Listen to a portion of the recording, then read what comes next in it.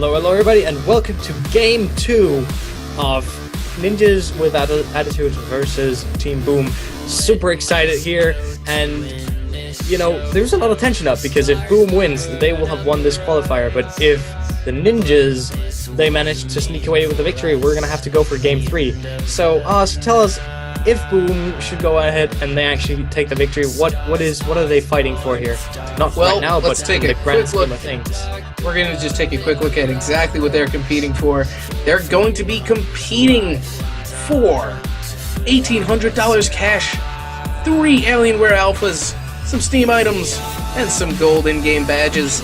Second place is going to be another 3 Alienware Alphas, $900, some silver in-game badges, and some Steam items. Third place, $900 cash, some Steam items, and a bronze in-game badge. And fourth place is going to be $450 cash and some Steam items. That being said, huge shout out to our sponsors, Alienware, for supplying those Alienware Alphas, Gosu Gamers, Ronimo, and ES Champ. That being said, let's get into Game 2 of the second North American Qualifier Finals. Let's see what we have, Nada. Yeah, right. Well, I just want to point out quickly that it is for the finals. You win the prizes. Not right now. We're in the qualifiers. Anyway, we're looking at Ninjas rolling with a Vinny, a Nibs, and a Scree, fighting a Coco Frog and a Scoop comp. And that's on Agion, and that's going to be exciting stuff. So I think we should go ahead and get to it. How about that? Definitely. Give us a countdown. Let's get straight into it.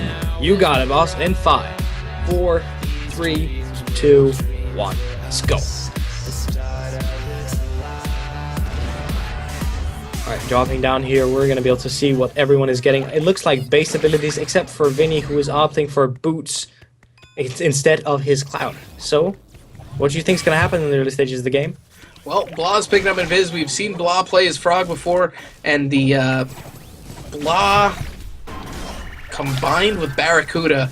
We've seen this comp before as far as the Scoop and Frog go. It's a very scary thing.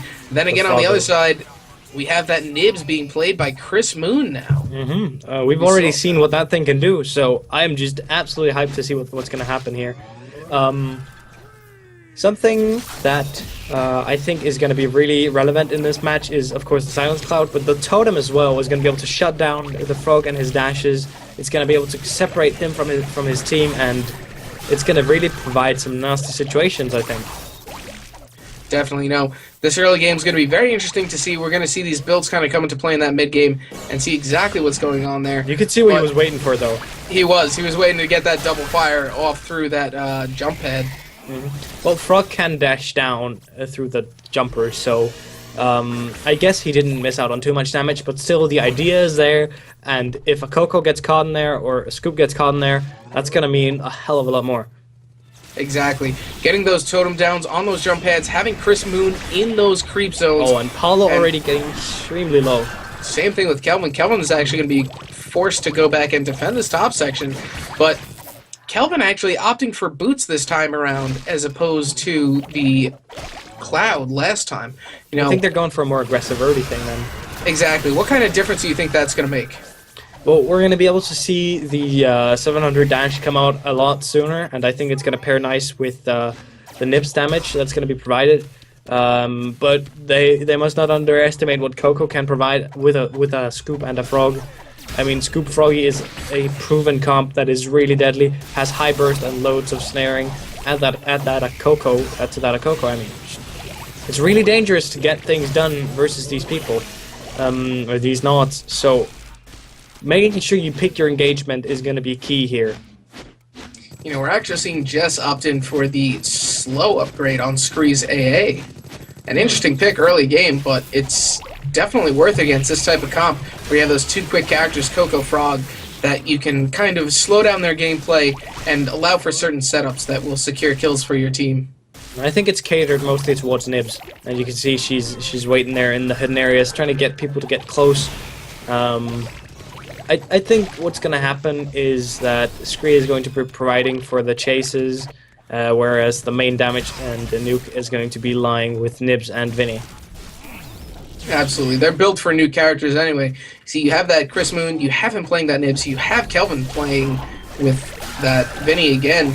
And it's just going to be a lot of damage coming out very quickly, as opposed to Team Boom, who still has that immense amount of damage coming out. Defensive dash. Right there. Is he going down to the Blaze? Yes, he is. Paolo will be taking up that kill on Kelvin and taking him down with the Blaze.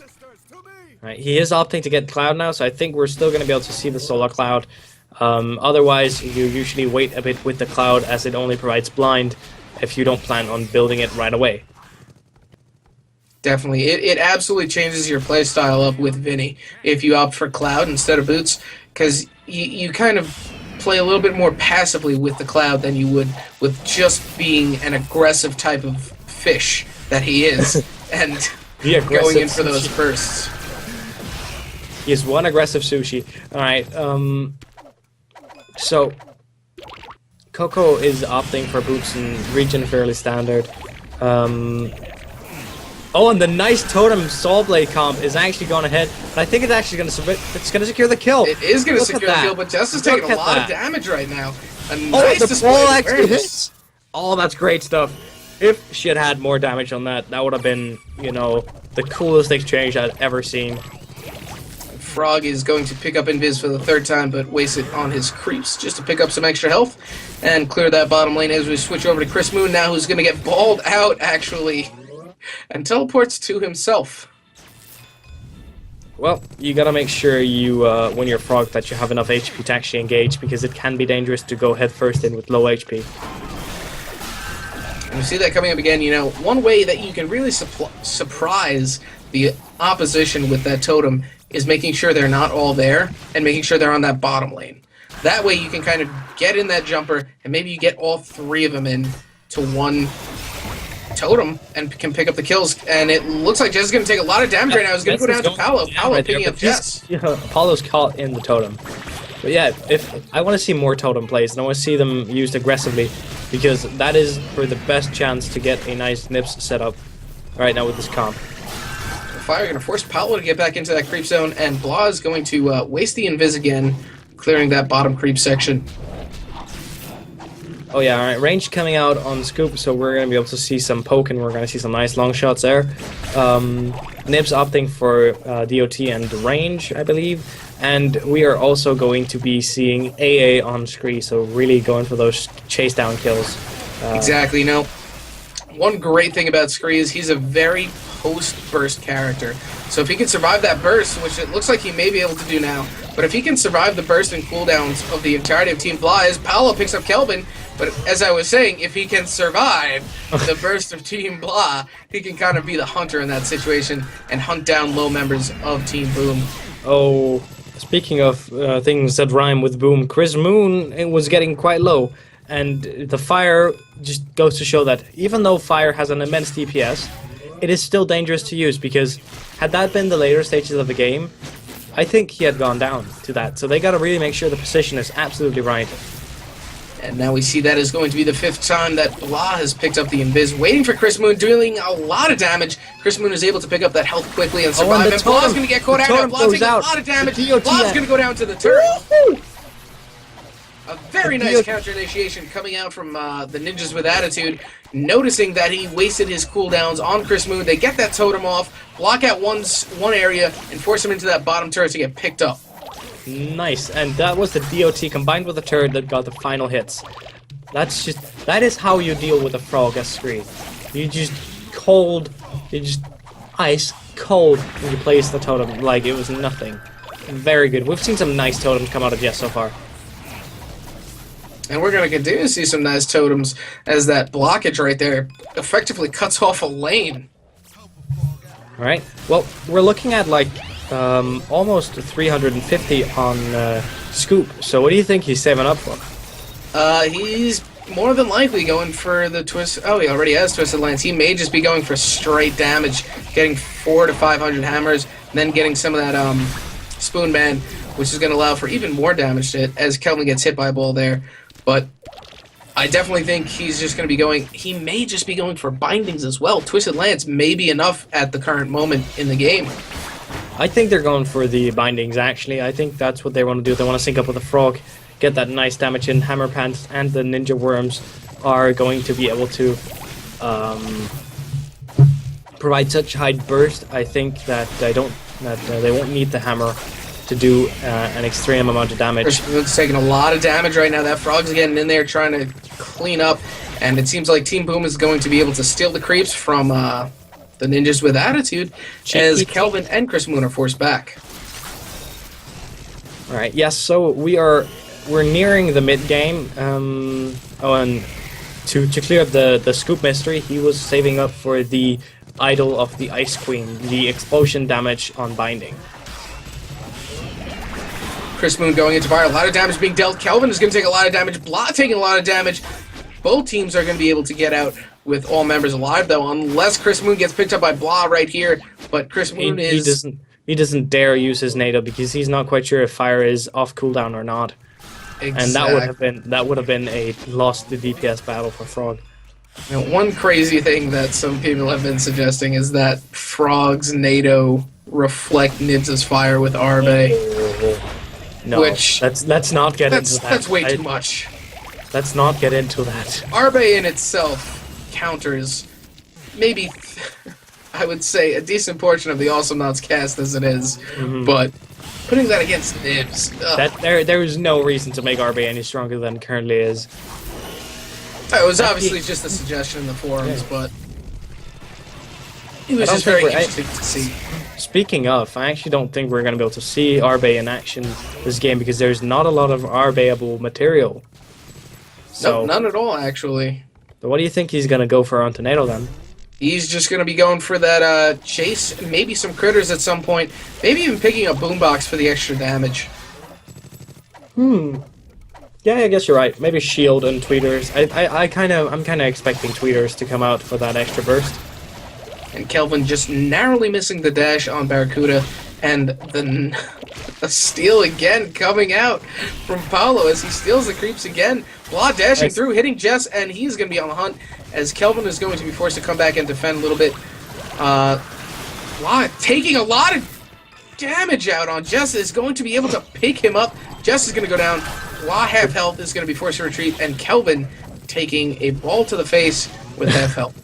Are you going to say that Blah went to town on him? No. Because... No, they only go to Pound Town on turrets. Okay. That's a turret exclusive then. It's turret exclusive. Alright. And as we can see now, we see the zoning coming out on Team Boom, preventing Kelvin from getting out on that bottom lane, forcing him to stay up there and defend. Yeah, they are going to have the totem for defending and for pushing, so I think that's going to be helping out a lot. As you can see, it's placed in the defensive position right now. But then again, you have the Coco, and the Coco can easily get around that with her nice ball.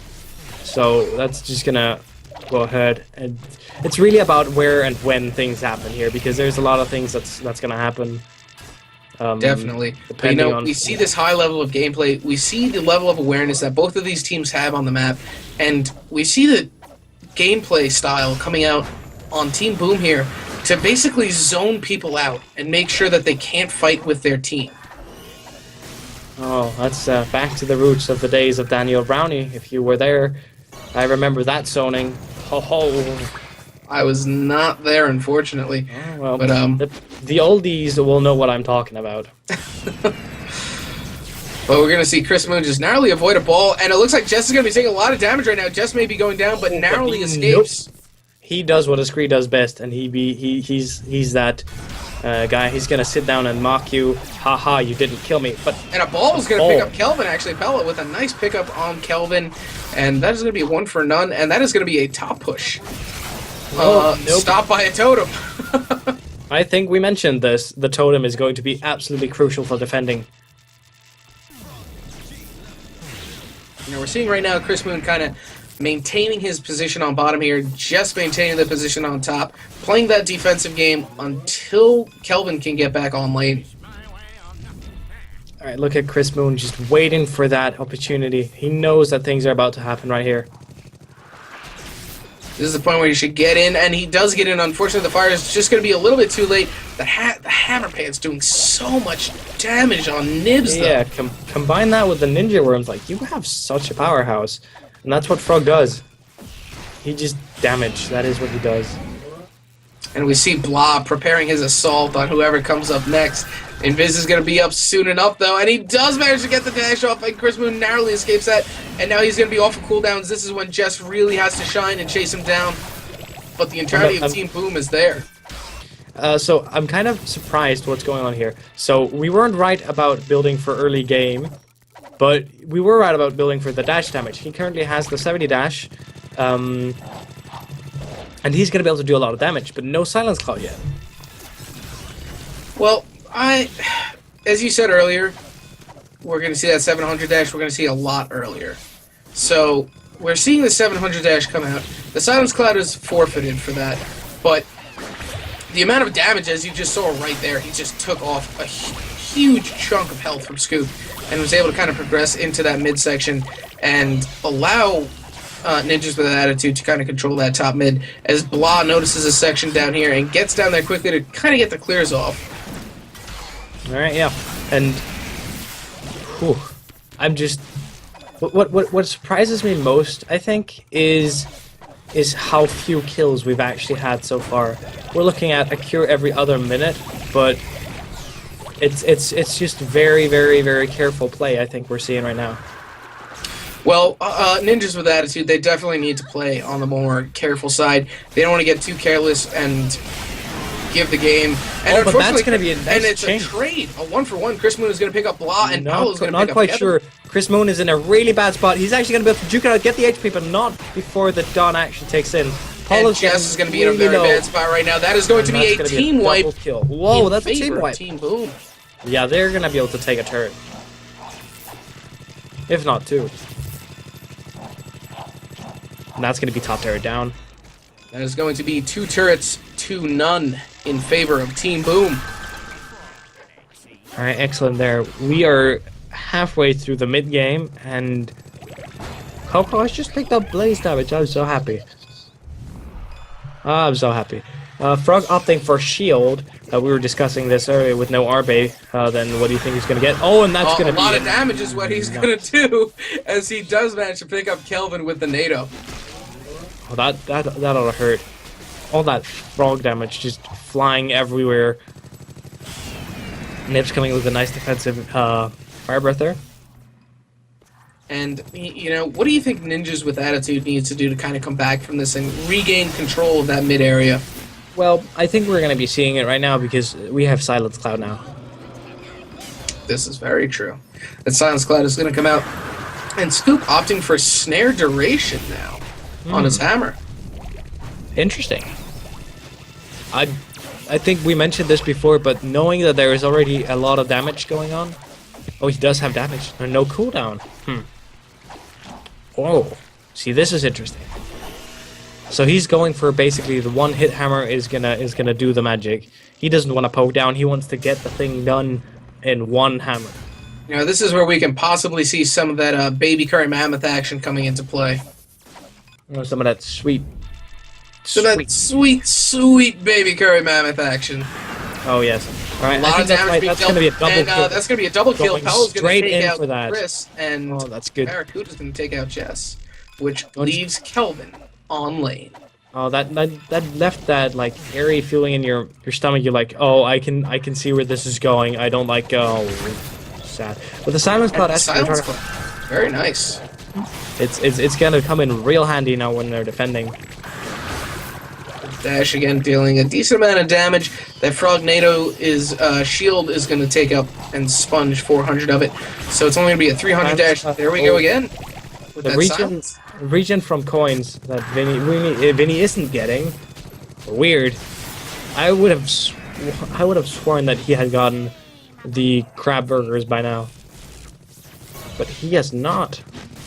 He's going to opt for Big Cloud as opposed to Crab Burgers, which I guess is a smart decision in this area where you kind of have to cover your team in that aspect and just prepare. As well with silence, and it's good for defending. I can totally feel that, but versus the DOT of Coco, you kind of want some kind of sustain, and the Crab Burgers are so obvious for Vinny because you're going to get regen every time, every second for a good amount of time. I mean, that's going to be 4 seconds plus the 1 second increase. It's going to go ahead and be 5 seconds That's a guaranteed of 5 times. So 20, 200.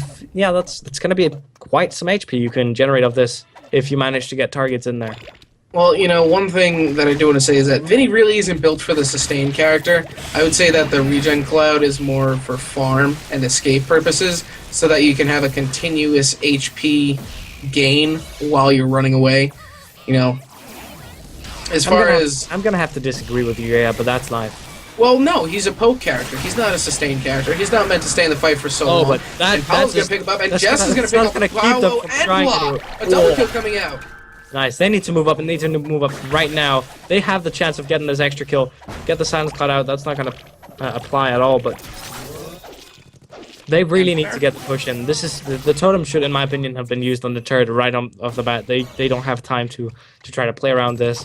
They really have to go ahead and they have to go hard if they want things to happen. You know, Barracuda knows that they've got both lanes pushed. They've got time.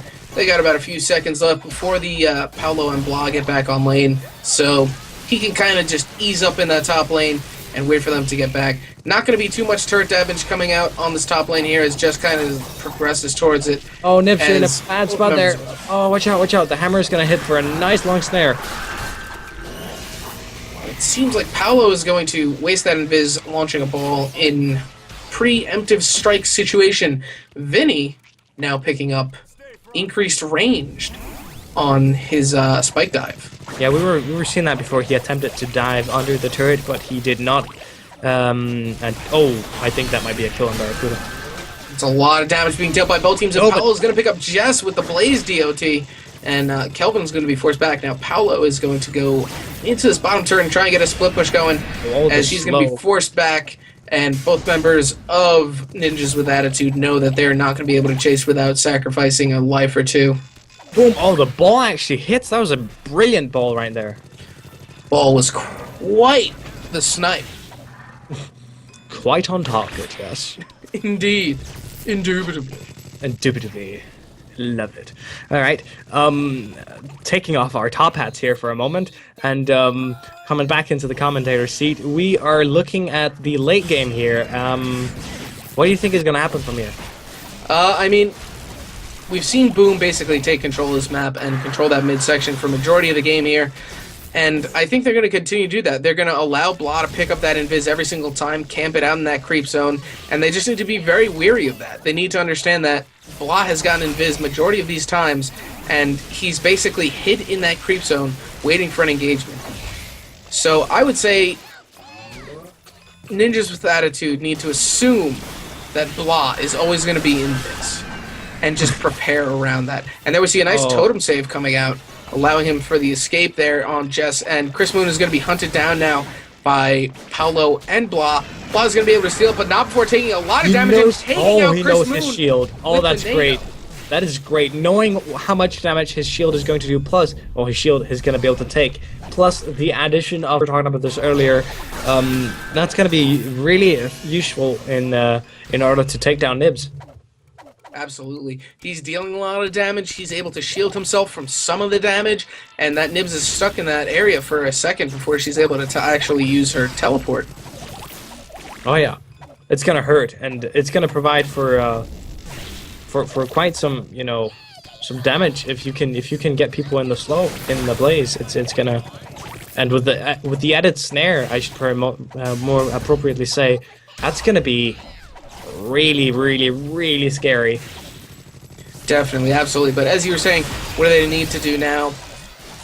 They just need to be very wary of that invis and kind of zone into their creep zone and take back some of that ground that they've lost. Yeah, they really, you're absolutely right. They really, really need to get the lanes moved up because they're taking too much chip damage on the turret. We always mention this, but damage on turret is permanent damage. You do not want to be taking that. Exactly, it is permanent, and for every push that you get, even if you take off one bar, that's one less bar that you don't have to take off in the later stages of the game or when you get a push. It's really going to it's going to come down to those. And a lot of damage being dealt, and Chris Moon is going to be taken out again by Blah. And Paolo may be going down to some DOT here, but nope. Nope. The regen is going to save him. And now Jess has stolen Invis, but he's probably not going to be able to do anything crazy with it as Blah and Barracuda are together. While looking to do some magic on Vinny. He's just waiting for that right situation to dash. And here we go again. He's going to be zoned out, and Jess is going to be forced to kind of escape this, not before being taken out by Paolo. Nice What's a totem? Oh! Another excellent totem being tossed out there by Jess, securing a kill in a 1-for-1 exchange. Say what you want, but whoa, those totems are on point every time. You know, now we see Blah picking up critters. Ugh, that's a lot of damage coming from one frog. Oh, yes. Oh, yes. And those are tweeters. I don't know why their critters are. Damn you, language difference. But Chris Moon just kind of clearing out that bottom lane there. Invis is going to be up, and they're going to allow Blah to take it again. This is where they need to be very careful, and Chris Moon taking a lot of damage again. Oh, he gets out! Nice teleport. Oh, that was a nice teleport. But you can really see the snare duration come into play here. Oh, absolutely. That one hammer can basically secure a kill for ages. Okay, keep it stuck down for a good amount of time. Oh, wow. Just looking. Every time, what happens is that Scoop creates opportunities, and those opportunities are the ones that Frog are she's going to go ahead and just take all of it and squish it together and create something that he's going to call a kill. It's just... Oh, it's just brutal. And Coco is going to be just... You know, coming around, doing the finishing, doing the pushing, and just... You know, being an all-around character, not really specialized in anything, very broad build. And that's Silence Cloud being dropped, preventing any abilities. Cooldown. If he can actually get up and in position, he can do the 700 burst. He's gonna be able to do it if he saves it. Kelvin's gonna be in a very bad spot right now, being assaulted. The slow is going to... The regen cloud and the DOT may be picking up Frog here, but Jess is going to go down to Barracuda. Barracuda does get picked up. Kelvin is going to pick up Paolo in a situation, and now they need to assault the Scoop. They need to get on the Scoop quickly before he gets that health, but unfortunately they do get the health, and the third turret is going to go down to the droids of Team Boom.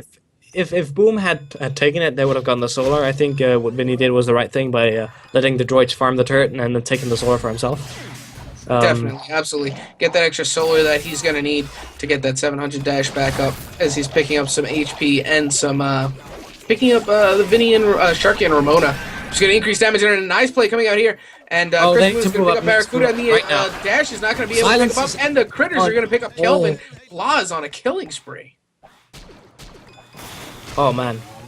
They really need to move up if they want anything out of this, because otherwise they're not going to be able to sustain this motion that they already have. Just wasting Blah, wasting his cooldowns trying to get the Invis Jess, and the totem coming up. Paolo taking a lot of damage, Blah taking a lot of damage. Blah's going to be forced back into these creep zone, and Jess is going to continue to attack Paolo. Paolo looking down for those clears, and it's safe to say we are in the very late stages of this game. Both teams have kind of set into their builds at this point. There's not going to be much variation in that. But, you know, I really want to see these ninjas with attitude pick up a nice burst kill. And it looks like they may be doing it right now, but Chris Moon is going to be taking a lot of damage. He's going to get picked up. And no HP, though. Look at Paolo's HP. It is just clearing this top lane. Very, very low. Dangerously low, even. Alright. Oh, this is this is really a tight spot for the ninjas here. They're already in the base. They're poking around, but a nice dash actually is going to be able to hit it, and they actually pick up. Just barely. Oh, but I think... and Jess is going to stay in, and he does get picked up by Paolo. They're going to be pushing the core at this point. Yeah, but Kelvin is going to land that nice dash, and it's going to keep him from actually doing things. But then Barracuda picks up Kelvin, and we are for a 2-for-2. Barracuda does not have that much structured DPS, so he's going to take a step back, get some HP, farm up a little bit, clear those lanes, and make sure that when his team gets back, they can kind of push that core. But in a situation like that, you know, we saw Jess kind of stuck between a rock and a hard place. Does he take the bouncer, go into the turret, get hit by the droids and possibly die, or does he stay in that area and get picked up by Bad luck, Ow. there's the Coco. Yeah. Oh man, that's a tough choice. Sometimes you have to really do the uncomfortable thing of just running with low HP on towards the enemy side of the map. Exactly. And we see the Coco now picking up the attack damage on the shock gloves. Oh yeah, well, they know that they have to push because they're fighting a really, really defense-heavy team. You have Nibs, you have Scree, and you have the Silence Cloud. It's just so much everything. This game can be just... They can really defend this for a long time. They can defend it, and Kelvin's actually going to get into the rough here. And the Coco decides to say, forget about the silence, I'm going in, I don't care what happens. Just as Blah actually picks up Chris Moon, Chris Moon. to turret on Blah's going to be on base now. One dash and Silence Cloud's up. The nice Totem's actually going to be Totem's going to be up, but it's a little bit far out, and allows coming in Blah with the to ball, escape. doesn't hit it, but that's not to worry about that because DOT got him covered. Paolo takes out Jess. They're going to be pushing the score. This may be a good game. That's a lot of droids on core. That is going to be the game, and congratulations to Boom. Once again, they actually pick up the first place in the qualifier. For taking up first place in the second North American qualifier. You know, let's take a quick look at these builds here. We had a few predictions coming out from the start. You know, it was very interesting to see this Vinny kind of go into those boots at the beginning, but got that 700 dash, got that Silence Cloud. Unfortunately, Team Boom just kind of overpowered them. They knew when the Silence Cloud was being dropped. They got into those situations where they could time the Silence Cloud, be able to work around that, deal an immense amount of damage, and pick some kills up. Then on the other hand, we had Scree, who had some amazing totems this entire game. That was the top of the match for me, I think. Was that was just some of the nice totems. They're just so cool.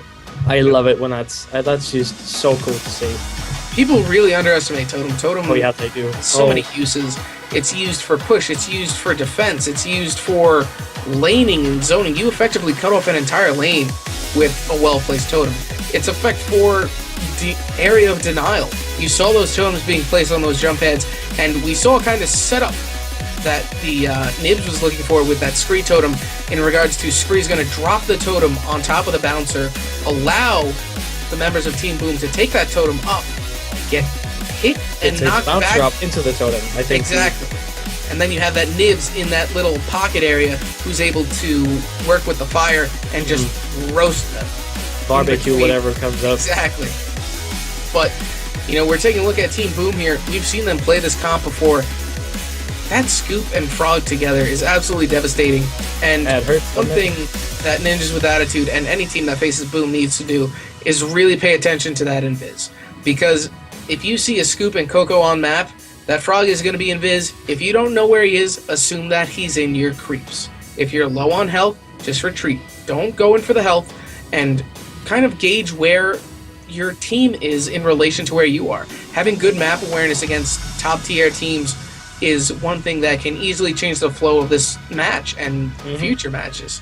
That being said, Nana, is there anything else that you would like to add before we depart for the day?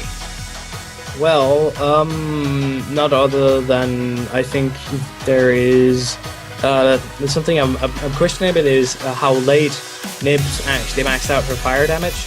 But other than that, I don't think I have anything else to add. Well, you know, even with the fire damage, I'm looking at it now. I don't think Nibs was used for extreme DPS. I think it was used to kind of play the safe game in regards to if Team Boom gets too close, they can kind of use that fire damage and thwart them off a little bit. You know, a lot of the times in Game 1 that we saw where ninjas were able to escape with low health, that didn't really happen this time around. And obviously that's due to some of these picks and bans, but that Frog and that Scoop are so powerful together. But I do want to commend both teams. Excellent games, excellent matches. We've seen some great gameplay today, and congratulations to Team Boom taking the second North American qualifier. That being said, it is a season-like structure, which means that even though you may have not finished first place in this qualifier, you can still qualify to play in the grand finals. Oh yeah. So you accumulate points throughout each qualifier that you play. The higher you place, the more points you acquire. That being said, Nada, take it away. Alright, I'm Nada. It was a pleasure casting for you, and I look forward to the next week. We'll see you next week for the third European qualifier.